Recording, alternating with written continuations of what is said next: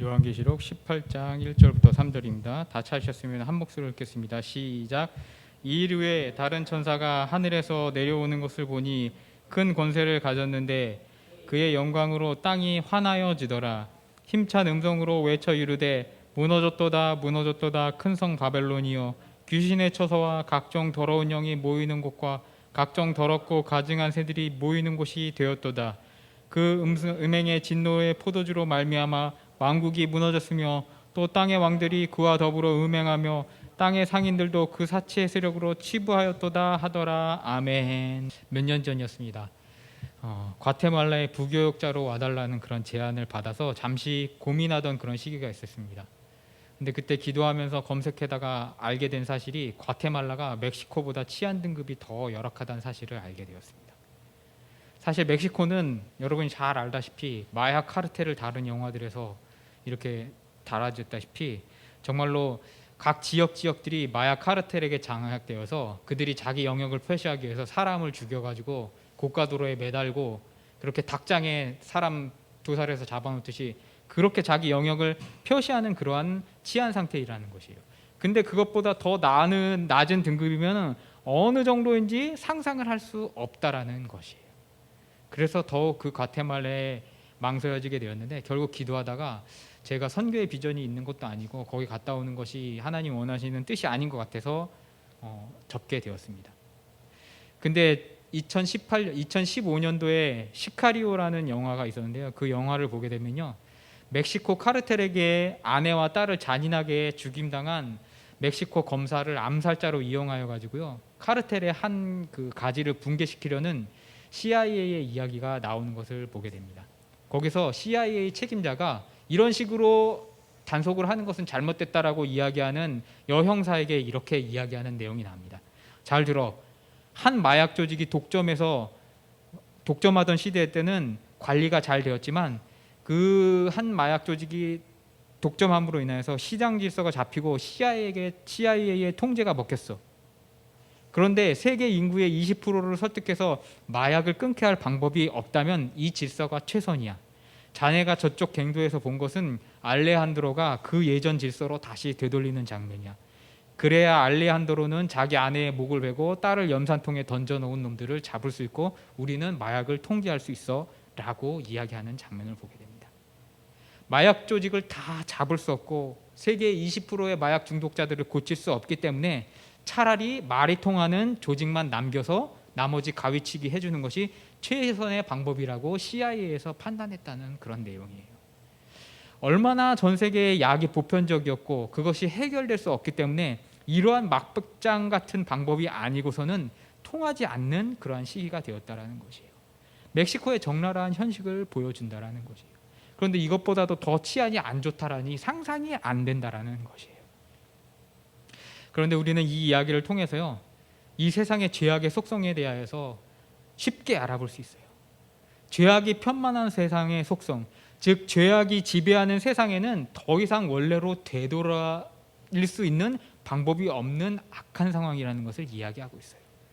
정의를 논하는 것 자체가 사치이며 그 정의를 이야기하는 것이 어떤 의미에서는 의미가 없다라는 사실을 다시 한번 깨닫게 해준다는 것이에요. 이 한계의 현실을 돌파할 방법은 결국에는 이 악의 카르텔, 이 전 세계를, 이 세계를 지배하고 있는 사단의 악의 카르텔을 부수고 새로 시작하는 수밖에 없다라는 것. 그 새로운 시작의 필요성을 더욱더 이야기해주고 있는 것이에요. 그리고 그 악의 카르텔을 부수고 새로운 시작을 하는 것을 어디서 이야기하고 있습니까? 오늘 요한계시록 18장을 통하여서 이야기하고 있다라는 것이에요. 17장까지 음녀 바벨론의 명망과 오늘 18장에서는 순결한 새 친부로서의 예루살렘의 등장의 이야기를 요한이 신자들에게 설명하고 있다는 것에 우리가 주의를 기울이면서 나가야 된다는 거지. 이미 방금 전에 얘기 드린 것처럼 17장에서 음녀가 바벨론을 의미하며 결국 그 음녀는 심판을 받을 것을 앞서 17장에서 우리는 봐왔어요. 그 음녀가 받을 심판은 아이러니하게도 갑작스러운 동맹의 내분으로 인해서 그 동맹국들이 그 음녀의 살을 찢어먹는 그러한 방법을 통해서 파국을 맞게 되는 것을 17장까지 봤다라는 것이에요. 그리고 이제 18장에서는요 실제 역사 속에서 그 바벨론, 음녀라고 하지 않고 이제는 바벨론이에요. 그 바벨론이 망하는 멸망 자체에 대해서 다루고 있다라는 것이에요. 그리고 앞으로 나오는 다음번에 다룰 19장에서는 그 음녀 바벨론이 망하고 나서 새 예루살렘의 반전 드라마가 펼쳐지는 것을 요한이 보여줄 것이에요. 1절, 이 땅의 바벨론은 건설적으로 파괴되어야 된다는 것을 1절에서 이야기하고 있어요. 18장 1절을 읽어봅시다. 시작. 이후에 다른 천사가 하늘에서 내려오는 것을 보니 큰 권세를 가졌는데 그의 영광으로 땅이 환하여지더라. 아멘. 신학자들은 이 1절부터 3절을 천사의 조롱의 노래라고 그렇게 이야기해요. 바벨론이 그렇게 잘난 척하더니 망하였다라고 천사를 내려보내서 천사가 조롱하는 노래, 조롱조로 노래를 부르는 것이 1절과 3절이에요. 그렇게 기세등등했던 바벨론의 왕국은 생각보다 짧은 전성기를 마치고 끝나요. 성경을 여러분은 보시다시피 사실상 느부갓네살 한 명 외에는 주목받지 못하고 메데 바사에게 멸망하는 것을 보게 돼요. 그 큰 제국이 망하였다는 것이에요. 그런데 이 조롱의 노래를 시작하는 가운데 다른 재앙의 표현들과는 조금 다른 특이한 점이 있는 것을 보게 돼요. 어디입니까? 바로 1절 하반절에 땅이 환하여진다라는 구절이에요.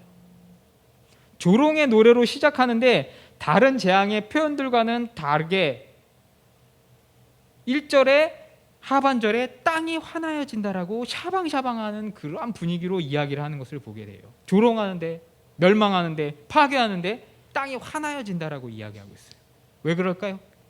여기는 특별한 장치가 되어 있다는 것이에요. 바로 하나님의 심판의 속성에 대해서 우리 신자들에게 설명해 주기 위하여서 이러한 표현을 하였다는 것이에요. 우리가 착각하는 것 중에 하나는요, 하나님이 신화 속의 신들처럼 지상을 향하여서 엄청난 분노를 이기지 못하여서 이 세상을 무분별하게 짓밟고 파괴하는 것으로 오해하는 경우가 많아요. 그런데 우리가 요한계시록을 읽으면서 항상 잊지 말아야 될 사실은 무엇이냐면요, 이 하나님의 심판은 복수와 파괴의 방점이 있는 것이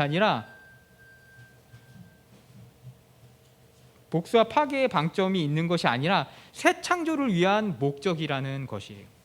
너 벌레먼도 못한 인생들아, 내 말을 듣지 않았으니까 다 휘발유 부어가지고 불사질러 버린다라고 그렇게 하나님이 광기로 파괴하는 내용이 아니라는 것이에요. 아까도 말씀드렸다시피 이제 바벨론이 멸망하였다는 것은 새 예루살렘이 시작되는 것, 즉 바벨론이라는 구체제가 전복되고 새 예루살렘이라는 새 체제가 시작되는 것을 염두에 두고 이야기를 하고 있다는 것이에요. 그런데 이미 사람을 통하여서 체제를 세우는 것은 하나님이 빈번히 실패하셨어요. 실패하는 것을 보셨어요. 하나님이 실패한 것이 아니라 사람이 실패하는 것을 보셨어요. 그래서 마지막 날에 그 새 체제는 어떻게 합니까? 당연히 하나님이 재창조로부터 시작되었다고 판단을 하시고 일들을 이루어 가신다는 것이에요. 여러분, 재창조를 위해서 필요한 것은 무엇입니까? 원래 있던 것을 어떻게 됩니까? 싹 치워야 돼요.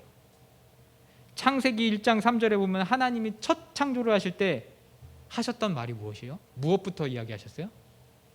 무엇으로 창조하셨습니까? 말씀으로 창조를 하시는데 무엇이 있으라고 이야기하셨습니까? 빛이 있으라고 시작을 하셨던 것처럼 오늘 1절 후반절에서 새 예루살렘을 재창조하면서도 역시나 어떻게 합니까? 창세기 1장 3절에 빛이 있으라고 했던 것처럼 어떻게 합니까? 환하게 시작을 하셨다라는 것이에요. 그러므로 이 파괴, 이 심판이 무엇입니까? 하나님의 재창조를 이야기하고 있다는 것이에요. 인간이 생각하기에 인간의 업적과 과학과 축적물들이 파괴되는 것이 인간의 시각과 편에서 보면 정말 아깝지 않을 수가 없어요. 우리가 20년, 40년 노력해가지고 모아놓은 것을 하나님이 일순간에 파괴하는 것이 정말 아깝게 느껴질 수 있어요. 그런데 그것이 하나님의 전지전능 앞에 비교해 본다면 어떻습니까? 발 앞에 정말 합찬타라는 것을 이야기하고 있다는 것이. 여러분, 아이 키워보셔서 알겠지만 아이 방을 청소하려고 물에 들어가 보면은 진짜 정말 말도 아니에요. 우리 지율이 방이 항상 그런데, 그래서 이제 들어가가지고 문 열고 이야기하는 게 뭐예요? 네가 안 치운 거는 다 쓸어버린다라고 선언을 해요. 그리고 뭐 버릴 거 있는지 빨리 분리하라고 그래요. 그러면 뭐라고 그래요? 다 버릴 거 없대요. 아주 쓰레기장인데 다 버릴 거 없대. 이것도 써야 되고 이것도 써야 되고 그냥 놔둬요. 청소하지 말란 소리예요. 왜요? 자기가 개발세발 만들었어도 자기가 생각하기에 정말 소중한 거라고 생각하기 때문에 버릴 거가 없다고 다 쓴다라고 이야기한다라는 것이에요. 그런데 그걸 용납하고 놔두면은 청소는커녕 어떻게 됩니까? 레고 밟는다 그러죠. 아이 방에 들어가면은 잘못하면 어떻게 해요? 레고 밟아가지고 발 밑이 찢어지는 그러한 낭패를 당하게 된다라는 것이에요.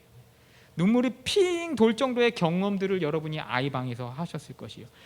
결국 청소를 시작하려면요, 아이 방에 레고도 치우고 아이가 붙들고 늘어지더라도 다 부셔가지고 어떻게 합니까? 다시 정리를 시작해야 한다라는 것이에요. 즉 요한계시록에 나오는 이 심판은 사단으로 말미암아 어둠과 흑암에 머물렀던 땅을 환하게 만드는 건설적인 파괴부터 다 밀고 시작을 해야 된다라는 것이에요. 그러므로 하나님의 자녀된 신자는요, 이것을 두려워할 필요가 전혀 없다라는 것을 이야기하고 있어요. 두려워하면 뭐다요? 뭐긴 뭐예요? 하나님의 자녀가 아닌 것이에요. 아빠가 치우는데 아빠 내 거 다 부셨어. 그러고 뭐예요? 총 들고 들어오면 그게 자녀예요? 자녀가 아니라는 것이에요. 그러면 그 바벨론은 왜 파괴돼야 하며 그 파괴된 상황은 어떻게 묘사될까요? 그 내용이 2절부터 3절에 나오게 돼요. 천사의 입을 빌어서 2절부터 3절부터 바벨론의 상황을 이야기합니다. 2절에서 무너진 상황에 대해서 세 가지를 지적하는데 뭐라고 해야 합니까? 귀신의 처소와 각종 더러운 영이 모이는 것과 각종 더럽고 가증한 새들이 모이는 것이 바벨론의 상황이라고 이야기해요.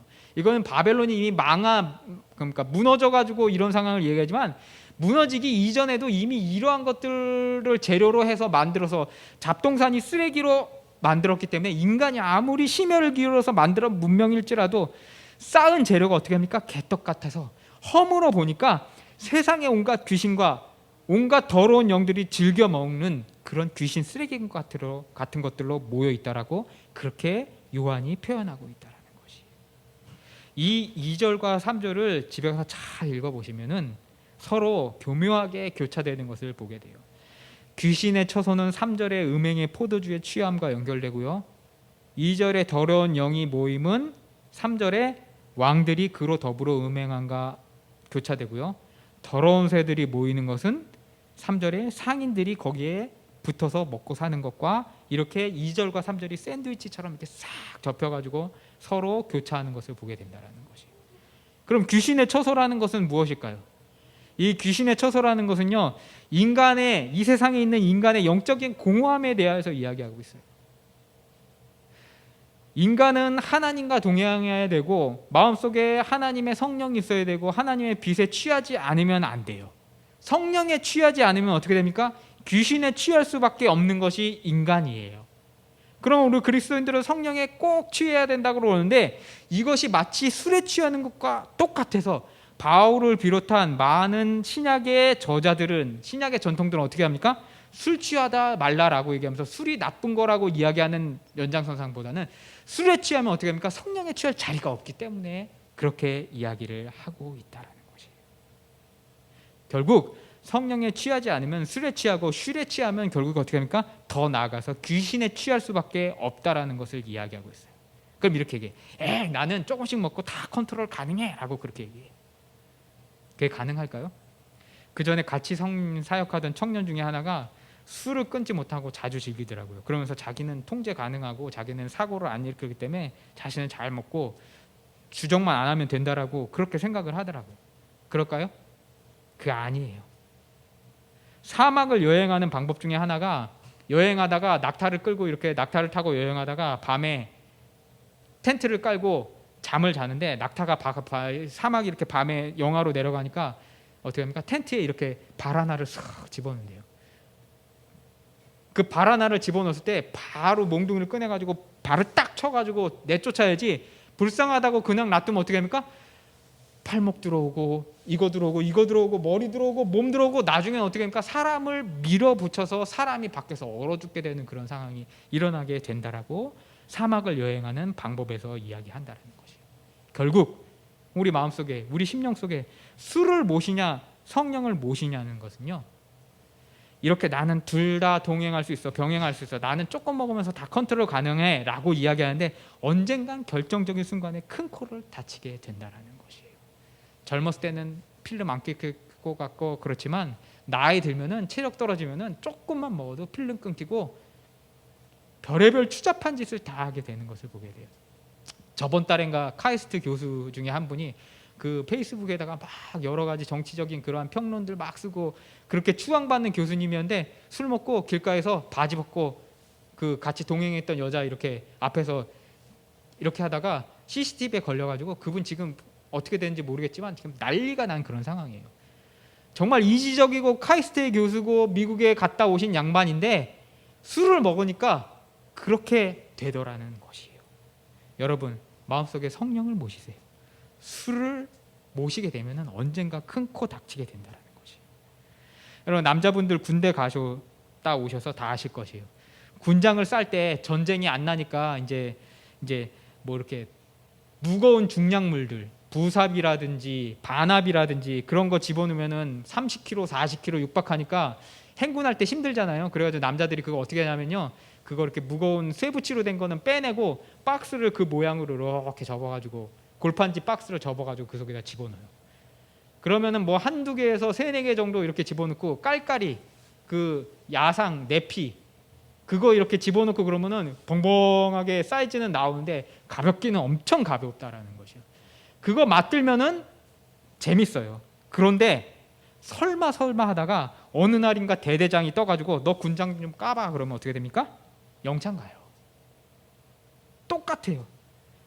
정규적으로 컨트롤 가능하게 조금씩 마신다라고 생각하는데 어느 날 멘탈 나가고 일순간에 넘어가게 된다라는 것이에요. 성령을 구하세요. 끊을 수 있어요. 우리 다 아시지만 저 이렇게 대학 다닐 때 술 담배 이렇게 하고 그랬는데 군대 가가지고 어느 순간 상병 말아봉 됐을 때 성령을 받았다라고 그렇게 얘기해야 되겠죠.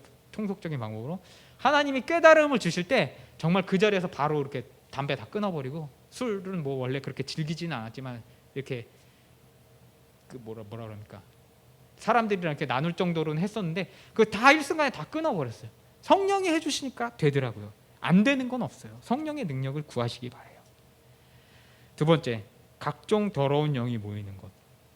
왕들이 그로 더불어 음행함이랑 연결된다라고 말씀드렸어요.